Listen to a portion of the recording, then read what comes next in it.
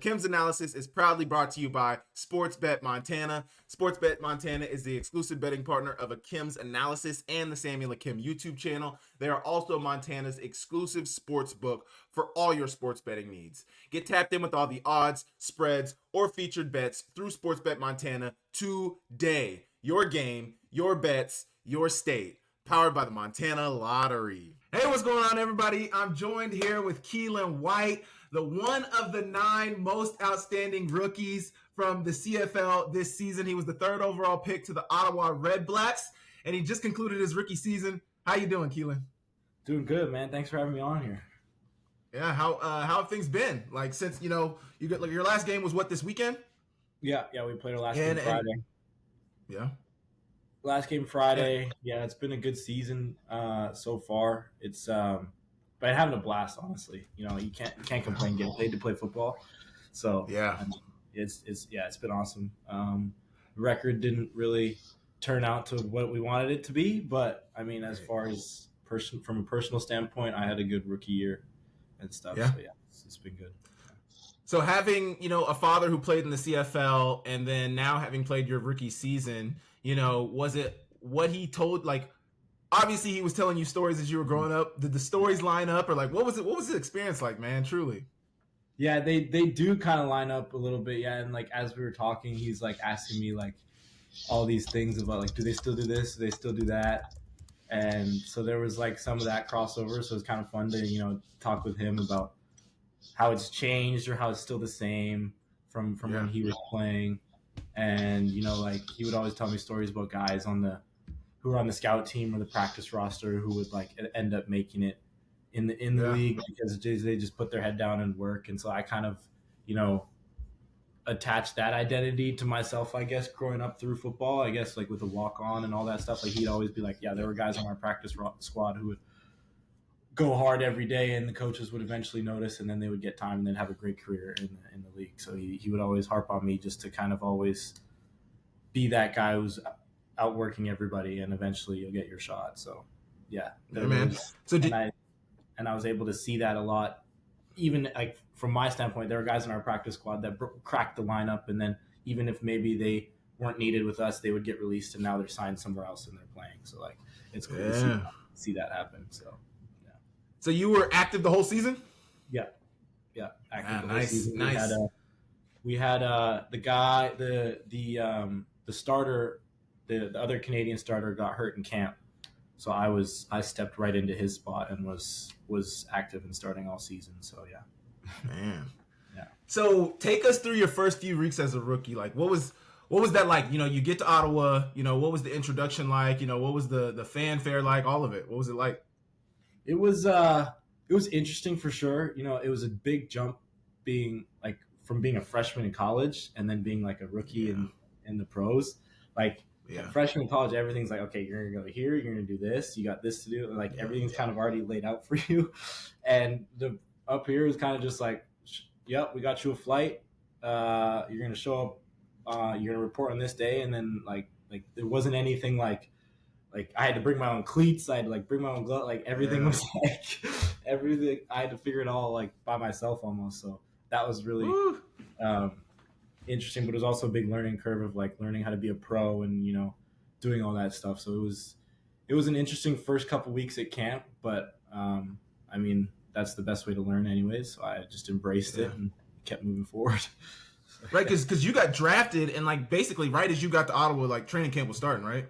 Yeah, I got drafted, and then 3 weeks later, I had to report to camp. So it was a pretty quick turnaround. I had to pretty much just like pack up whatever and like that I was gonna need for 6 months, just kind of pack up and go.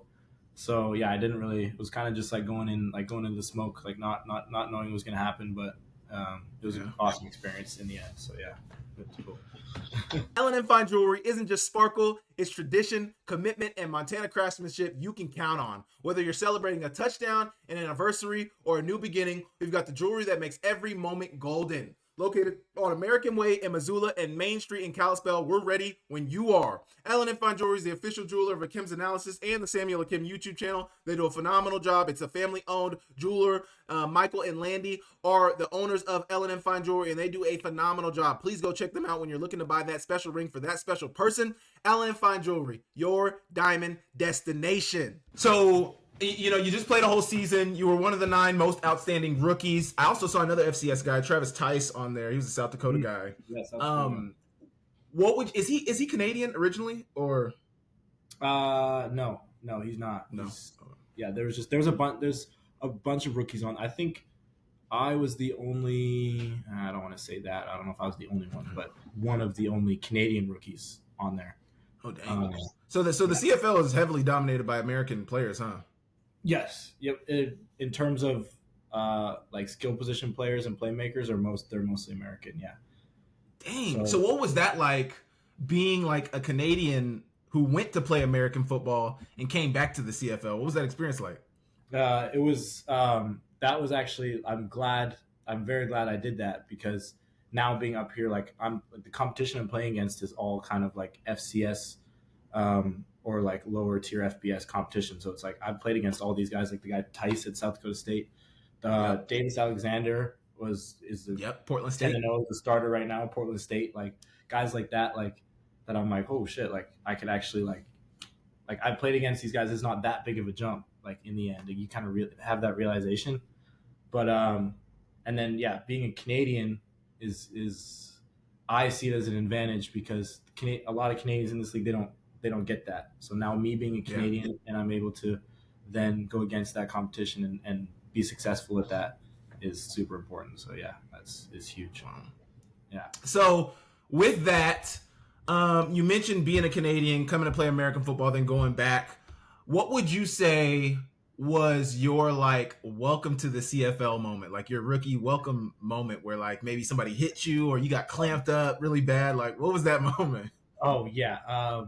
Well, because they were talking all camp, like the vets and stuff, because I was gonna, once they knew that I was gonna be the starter, because when the guy went down, they were kind of joking all camp, like get ready for them bullets to start flying, like it's gonna be real when the bullets fly. And I was kind of just like, all right, like it's football, right? Like I can't be that much like that crazy. And then sure enough, we get into our first preseason game, and it's like my first like real live game reps. And our first drive, we go, it's like a first down. We run a good play, but there's a penalty, so we're like 2nd and 15. So it's like, which is basically 3rd and 15 in the States. So it's 2nd and 15. Right. Yeah, so they're just they dropped all off, and I had a little like under route, and Drew like just threw it to me. Just to like get some yards. Threw it to me, I caught it, I turned upfield, and I got smoked. Like actually, like there was a guy there, I put my shoulder down, he hit my legs. I hit my legs, I got hit up top, like tabletop, landed on my back. I have a clip of it. It was a big hit. I was like, wow, like there's my welcome to the CFL moment right there. Like, oh my gosh. Did you tap the helmet? These boys, no, I didn't tap the helmet, but I got up like, wow. Like I think he said like, you can get hurt if you keep coming across the middle like that, like talking shit to me and stuff. So I was like, there's a lot going on right now.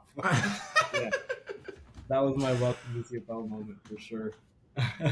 So, with the American, staying on the lines of like American going to play Canadian football, going back, being Canadian, going to play American football, but also you're from BC, so you already played American football in high school. I don't know if a lot of people know that, but BC is the only province in Canada that plays American football. So it was kind of same. So this is honestly new to you playing CFL football opposed to playing American football, honestly. But with that, staying on that same lines, the CFL announced this year that they're going to be making some changes to the rules.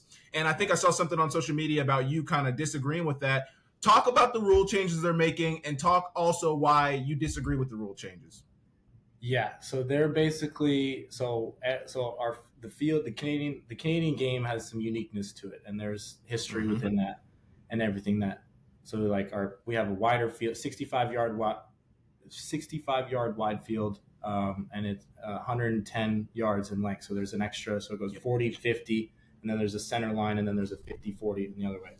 Yep. So, and then the end zones are also 20 yards long, and the goalposts then are at the front of the end zones instead of the back. So you can, if you miss a field goal, it can still be like returned out of the end zone. There's all these different rules where if you kick a ball in the end zone and it doesn't come out, then you get a point, which is called a rouge. So like if you punt it or miss a field goal and the ball goes out the back, you get 1 point. And but there's other things in that. So like if it's a tie game at the end of the game and they go for a field goal, they miss it, and that ball stays in the end zone, you can still win off of that. But I could be in the end zone and I could kick it back out. Like there's crazy rules within that.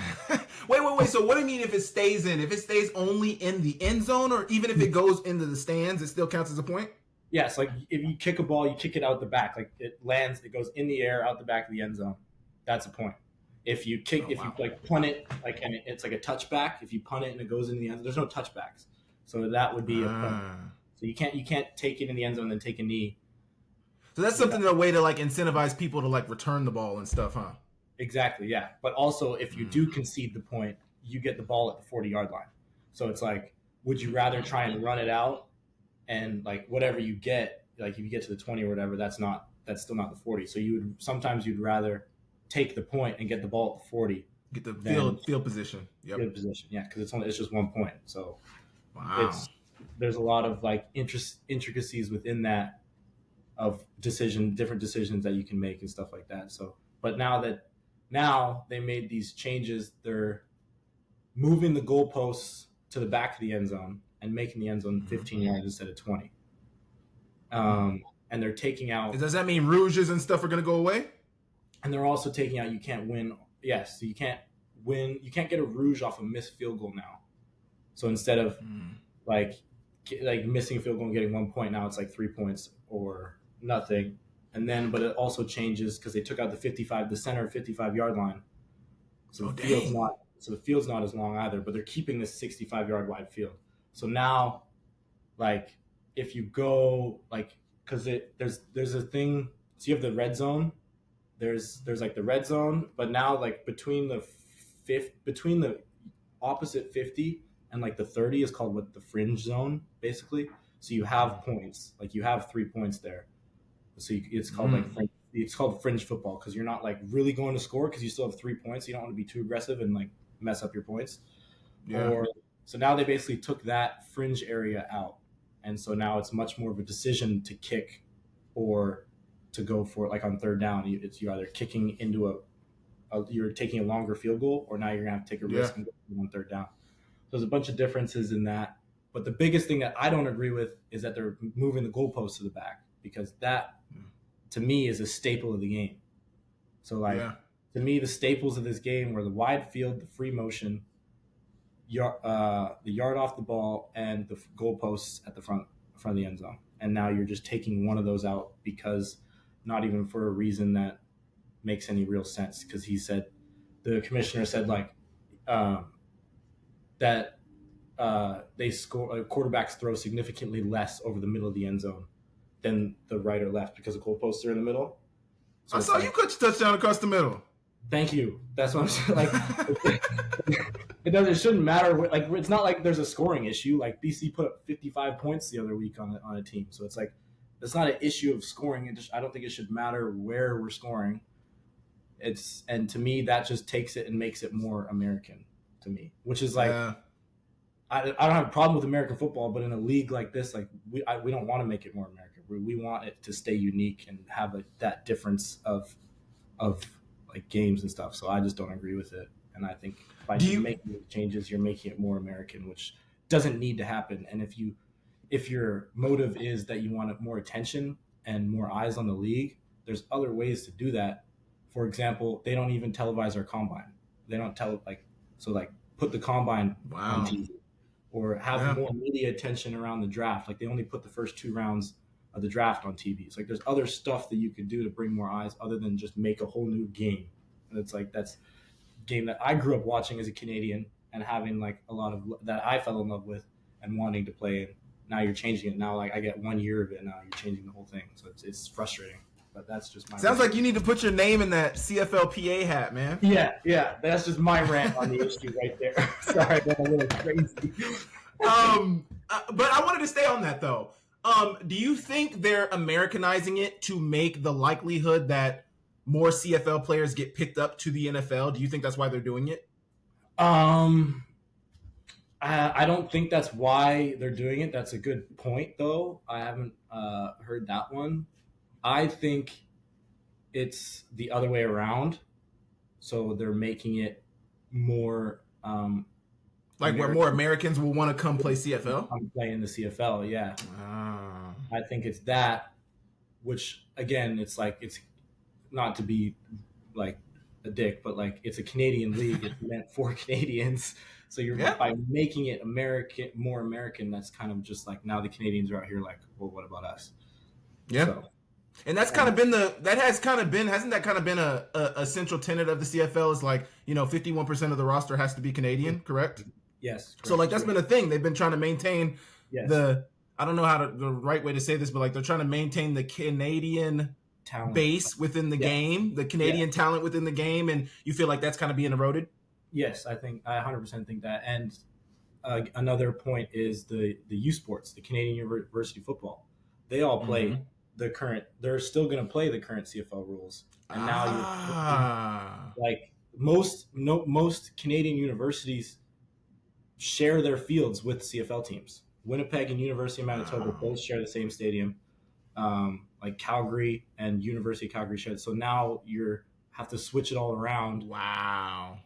And now, like, Canadian talent has already struggled in this league just because of, like, they only play 8 games a year. They in college? Yeah, they only play 8 games for their season. My goodness. Yeah, just because there's not that many schools and stuff, so it's like right. All that. So they're already at a disadvantage transitioning from college to pro, like going straight from Canadian University to pro, because you're going from an 8-game season to an 18-game season. And the competition, you're going from Canadian competition to predominantly like good American competition. So there's already a disadvantage of Canadians going from U Sports into the CFL. And now you want to switch the whole game. You want to change the rules of the game. So now it's going to make it even harder for them to adjust. And I think my biggest thing would be to help out the Canadian talent more. So you can, because eventually it's going to come down to a point where you have to change the ratio. And then you have to take that 51% out because Canadians won't be as successful. It's going to make it hard to put a good product out there. So it's like, wow. Yeah. So is there any plan for the colleges, or are they just is it gonna be tough? I don't know. That's the one question I would ask the commissioner if I could is, what is your plan on helping out the Canadian talent in the league? I don't know. It's so interesting too. It's so interesting because you feel this way. It's so interesting to hear your thoughts on this because you did come and play American football and you did have an opportunity to play Canadian football. And it's so interesting that despite you still playing American football, the love for Canada and the Canadian college game and the CFL in itself, the Canadian game, is still there. Where does that pride and joy for for obviously your home country, but also the game, where does that come from? Yeah, I feel I've always been an advocate for seeing Canadians succeed. That's kind of just like, I feel like that's just like a norm for us, is like we kind of like Canadian athletes, especially or football players, we kind of have a very tight knit like brotherhood almost. Like there's guys that like I'll be a fan of and follow just because they're Canadian. Like, oh, there's a Canadian. Like we're proud to be Canadian football players. We're proud to be that minority. So when you, because it's hard to get out, because it's hard to make it. So when you see guys like Chase Claypool, Javon Holland, Chuba Hubbard, like Rohan Jones. I didn't even know Rohan Jones was Canadian. Yes, I didn't realize that either until last year. So it's like guys like that, Rohan Jones, Jet Elad at UNLV, like guys. Yeah. Alec Ayomanor. Alec Ayomanor. Like I could go on about, like I could give you all those names. Like seeing those guys, it's kind of just like rewarding because it's like, we know how hard it is to make it as Canadians. So I've always been an advocate of finding ways to help that happen more. So like having the camp with Nolan Alm, another one, like having the camp with him, just trying to develop the Canadian talent so then make it easier for Canadians to make it into those professional leagues and stuff. So that's just, that's huge for me. Well, we can get off the CFL Americanizing a little bit and we can get back to, your rookie season. What would you say is the biggest lesson you learned this season? The biggest lesson I learned was probably just how to take care of myself. Take care of it, like mentally, physically, nutritionally, like all that stuff. In college, you're kind of like you're in a system, like whatever you can do to make the machine work is like what college is. So it's like if you're not available, we're going to put somebody else in to make the machine work. So you don't really care that much about you as a person or player. It's more we need to win games. So, and like up here, obviously there's still that, but there's a lot more like, for example, I had a little like ankle injury I was dealing with at one point, and I was so like, I felt bad, like, oh, I'm letting the team down, like I'm hurt, like this sucks. And then the coach is like, no, we'll be fine. Just like you work on you figure out, you get healthy, and then when you're healthy enough, then you can come back and help us. So that was kind of like relieving almost to hear that like I didn't have to like kill myself all the time to put it out there on the field for the team. Like I could really work on myself and like get healthy, or if I needed to, and I wasn't necessarily gonna like lose my spot on the team because I rolled my ankle, kind of thing. So there was a lot of. Go ahead. Because that kind of is the fear. That kind of is the fear in pro sports, right? Like it's next man up mentality. We're being paid to be here. We're pros, and your best ability is your availability. So like when you go down, you're like, dang, is somebody gonna get my spot? And then when I get back, I'm gonna be a backup. Or man, is that where you're kind of pointing to? Yeah, that's kind of where my head's at, and then, I guess because that's just my walk-on mentality as well. Like that's like I need to be available.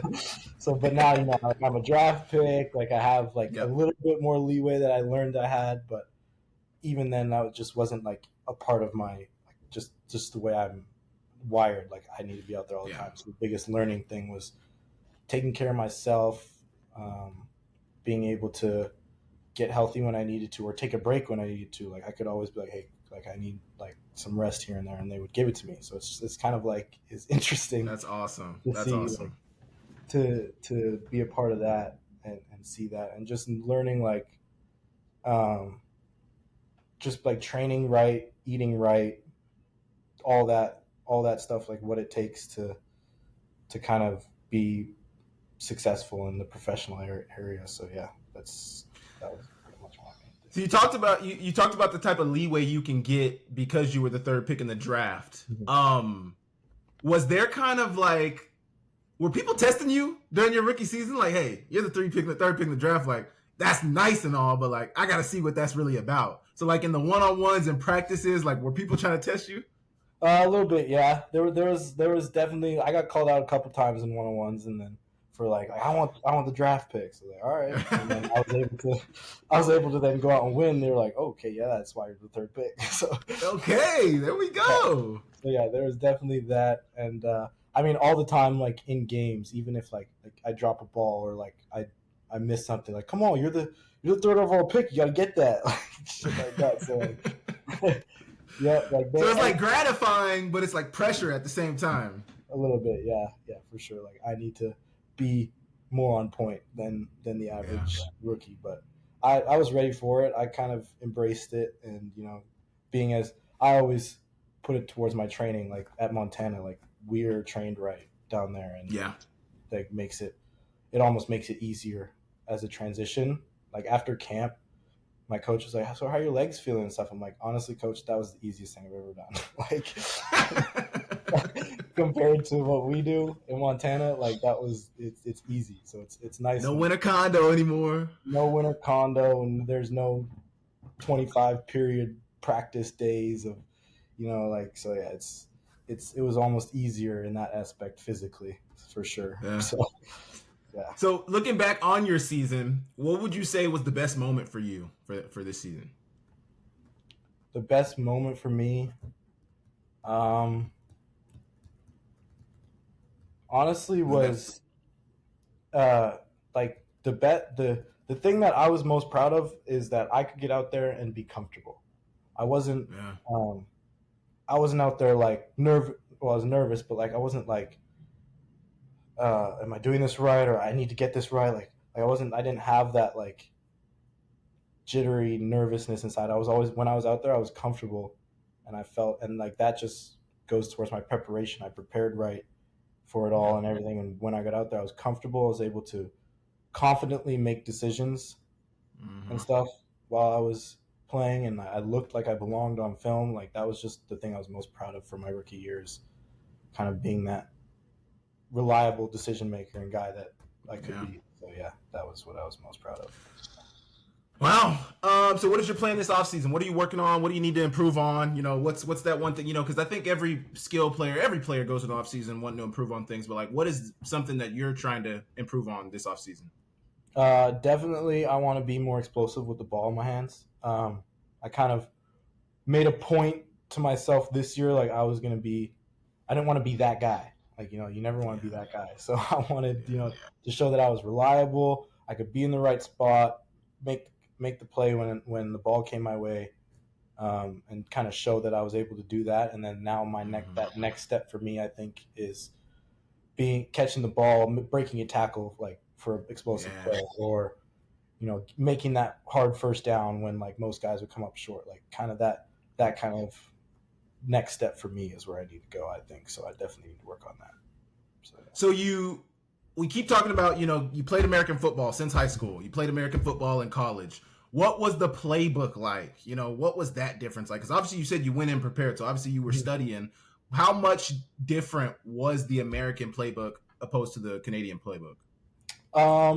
It was definitely it's a lot different because now you have to factor in motions because everybody can motion. So it's almost like there's a lot more verbiage in the plays because of that. Like you're having like a Z stack W in, like you're motioning 3 people at once, or like 2 people at once. Like we'd call it like tango for 2 people motioning, travel for 3 people motioning, like because it takes 2 to tango. You don't want to give up too much now.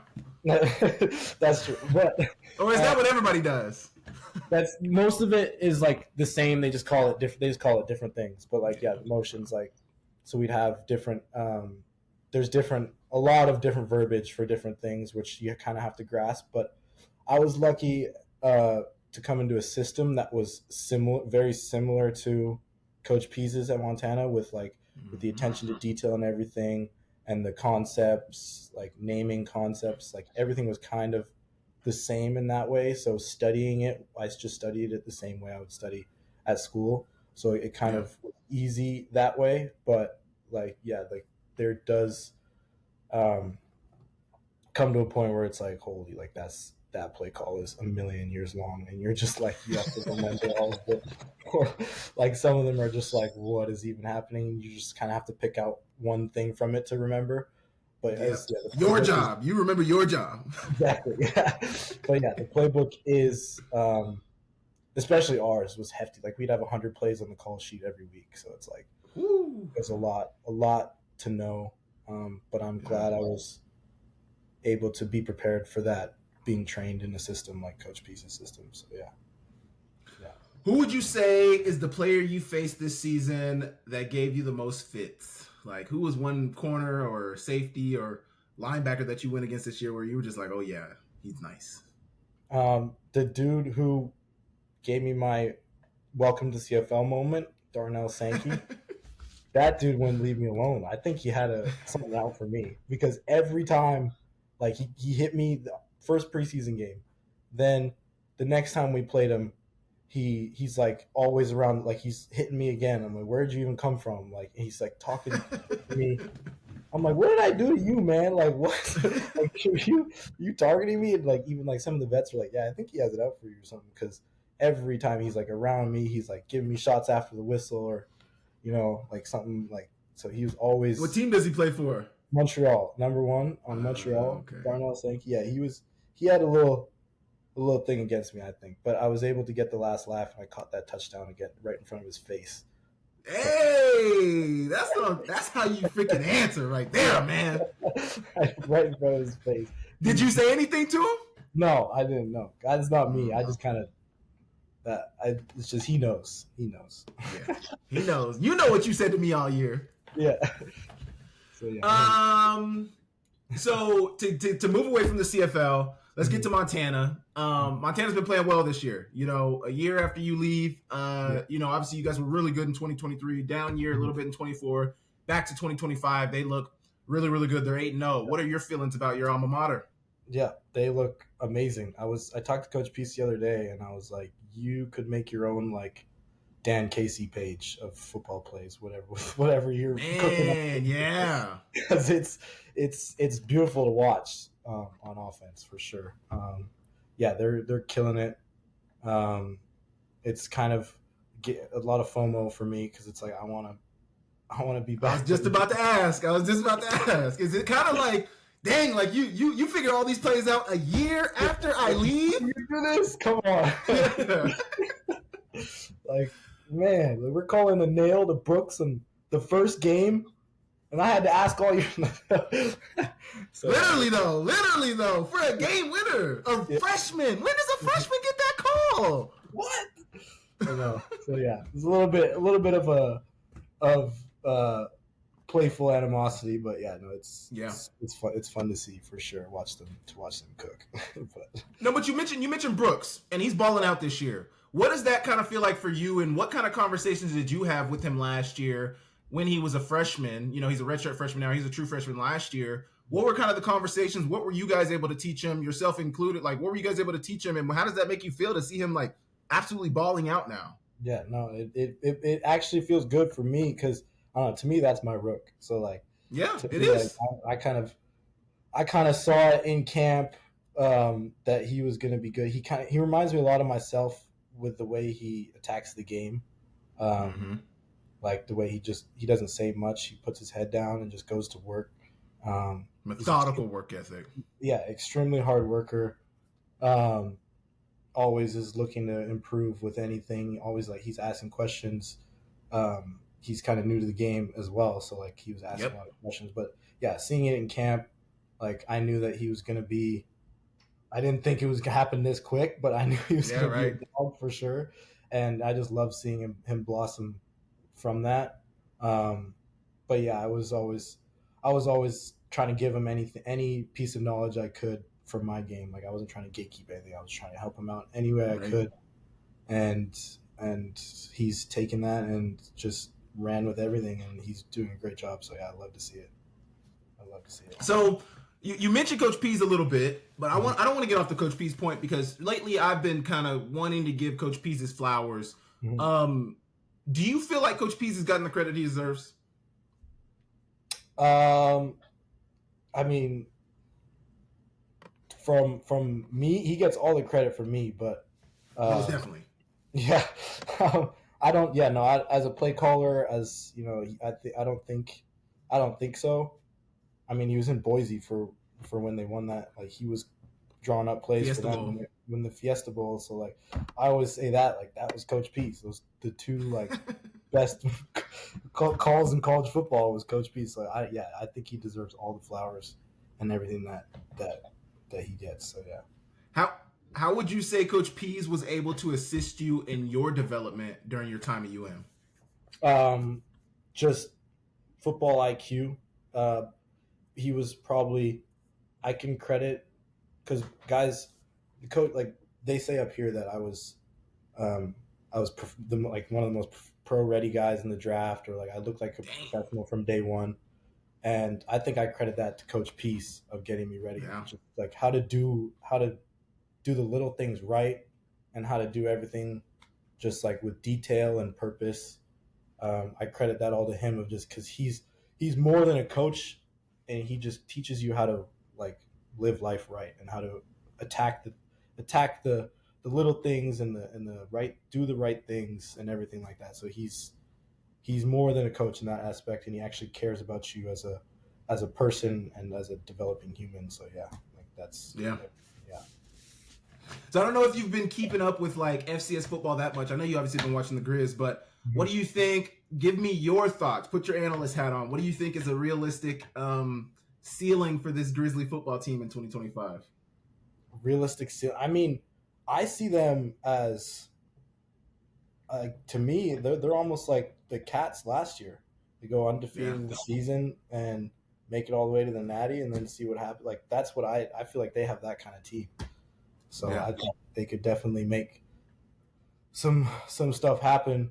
Again, they are not that experienced, so like they do need some hardships and some experience to go through, like the beginning of that Cal Poly game or things like that. Like they need those kind of things. It's not always going to be like sunshine and rainbows. They're going to have to go through some adversity. So it's just the biggest thing is going to be able to see how they handle when it doesn't go perfect. And I think they've done a good job of that so far.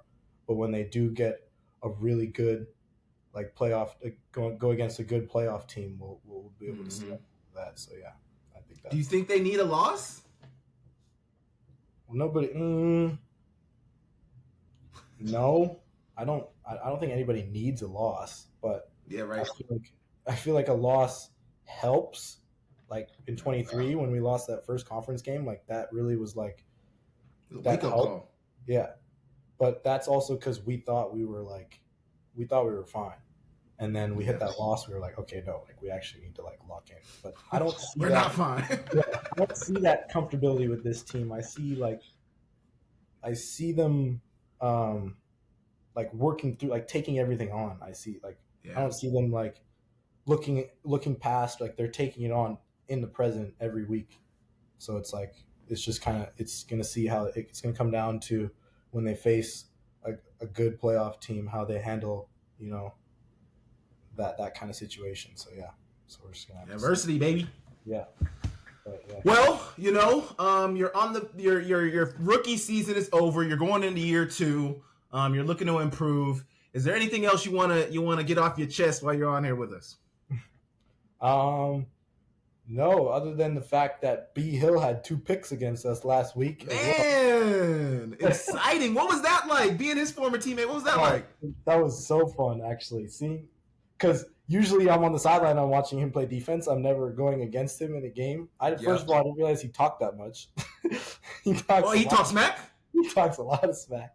He's funny. It's like so Braxton. It's funny when he's talking smack, but no, it's just fun to see him. Like sometimes, like on defense, he'd make a play, and I'd be pissed, but then I'd be like, okay, Brax. Like I walk up to him, like I see you. So it was fun having that dynamic of like I know him, I played with him, and being on the opposite side of the ball. So that was pretty cool. And did you guys get to do like a jersey swap or anything? Did they do that in the CFL? No, we took a picture after though. I've been looking for it. I gotta find the person that took the picture. But yeah, you gotta get a jersey, man. I know, a jersey swap would have been sick. We should have done that. Do they allow that in the CFL, or do they charge you like out the wazoo for it? I feel like they'd probably charge us because they just gave me my jersey from the season, like after the whole season. So I feel like you have to wait to do all that. Yeah. But we could have like taken a picture with like swap jerseys. That would have been sick. Were there any reps where you went against him? Like were you guys 1-on-1 or anything? No, I never went against him. No, I didn't have to block him. I thought I had to block him once, but I didn't. But like, no, just being out there while he was out there, it was cool. It was cool to see. And yeah, no, I was just like, there's a lot of guys from Montana that could play up here. Like, I would love to see that pipeline start to happen, guys coming up. So, because man, the NFL is cool, but like, it's only a certain amount of spots, roster spots. So it's like you kind of gotta get in where you can fit in, and I feel like a lot of guys can fit in up here. So, yeah. Well, you need to get at the table, start talking to your CFL connections, and start saying, "Hey, Montana got boys down there." Exactly. One more question I had. How do you time up the motions? I've always wondered, like, how do you know? How do you know? It's through it's definitely through reps, because there's a lot of like Americans that come up here and they're like they just don't get it and they can't figure out how to waggle. But it's definitely through reps and practice. But it's really on the quarterback. The quarterback, like the quarterback will do this, and that's to like start any like motion, like if you're flipping on the other side of the formation or anything. So he'll do that if to start any motion, and then he'll bring his hands like forward, and that kind of sends everybody. So like the coaching point is watch the hands, when the hands go forward, attack the line of scrimmage. So it's like you're waiting, you're waiting for the motion to start, and as soon as he does this, it's on, and you just run, and it times up. It works. For me, it works every time. Some guys like because if I start 8 yards back and I go on the hands, I can hit the line of scrimmage at full speed, full blown full speed, or like if I need, then I can adjust from there. So like if I don't need, like if I'm doing like an option route or something and I don't need that much speed, I'll go up to 5 yards, or if I need more, I'll back up to 10. But so it's like it's kind of through trial and error, you kind of get your groove, and then once you have your groove, like as soon as you see them hands, you don't even think about it, and you're just running. So did you have any false starts or anything this year?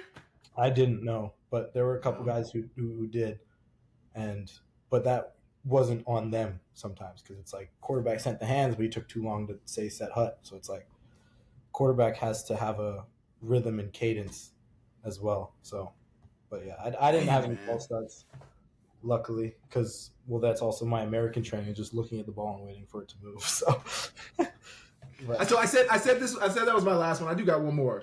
No, you're good. Your dad obviously played in the CFL. Was he a receiver also? No, he was a linebacker. He played linebacker. Ah, okay. Because I was gonna ask, like, have you been like looking at his stats and saying like, oh, like, let me see if I can be better. Was your dad a most outstanding rookie? No, he wasn't. He says to me all the time. He's like, yeah, like I was drafted in the 6th round. You're way better than me. I was like, so he kind of jokes with that sometimes, but yeah, no, he played linebacker. He was one of those like bottom of the depth chart guys that had to grind up to his spot. So that's kind of where I learned that mentality from, and that's good to have. But the running joke in the family is that I got my hands from my mom, because my mom played receiver. She played women's flag football, so she was. Wow, I didn't even know that.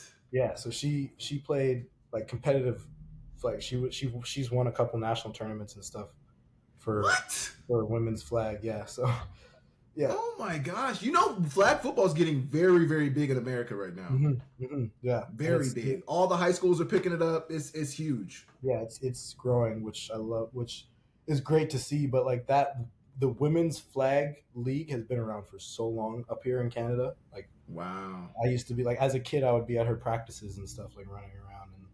Dang, is it Canadian football, flag football, or is it the same as the Canadian game, or is it different? I think it's just regular flag football rules. I'm pretty sure it's like the same that they have with the.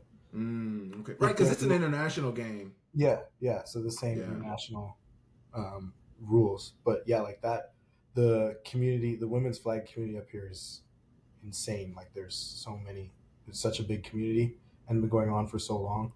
And yeah, my mom was in it, and like one of her quarterbacks that she could throw it with the best of them, I think. Like she could throw it, she could sling it. So like there's like some pretty good players for sure. So yeah. What do you think? They just added flag football to the Olympics. Are you gonna throw your name in the Canadian hat? That'd be cool. I would love to do that, to be honest. Like that'd be sick if I could play in the Olympics for flag football. We do already have a national team that's set up, but I mean, yeah, I would be like, sign me up. If you need another receiver, I'll go.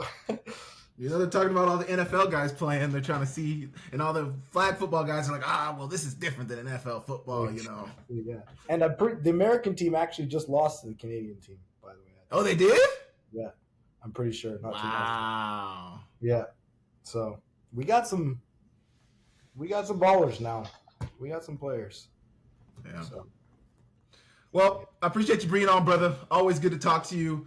Good luck in the off season. Keep grinding, keep dominating, keep that walk-on mentality that you've always had. I appreciate you being on.